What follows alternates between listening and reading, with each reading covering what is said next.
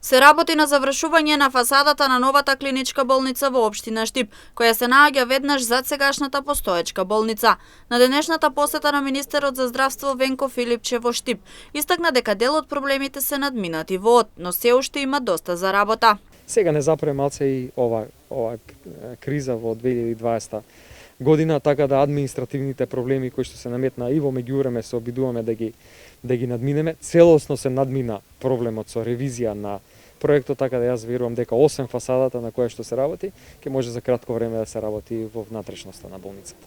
Исто така се очекува со префрлањето на пациентите позитивни од COVID-19 од инфективното оделение во новата модуларна болница, чие постапување се очекува да заврши кон крајот на месец јануари. Интензивно да се работи на реновирање на инфективното оделение при клиничката болница во Штип.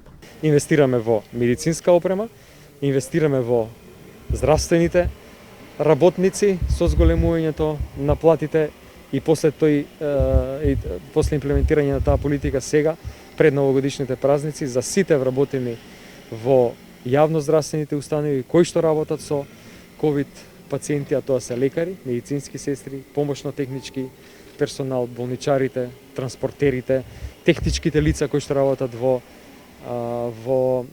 тие делови оделенија кај што се лечат пациенти со COVID-19 ќе добијат еднократна награда. Станува збор за 7600 вработени во јавното здравство кои ќе добијат по 30.000 денари.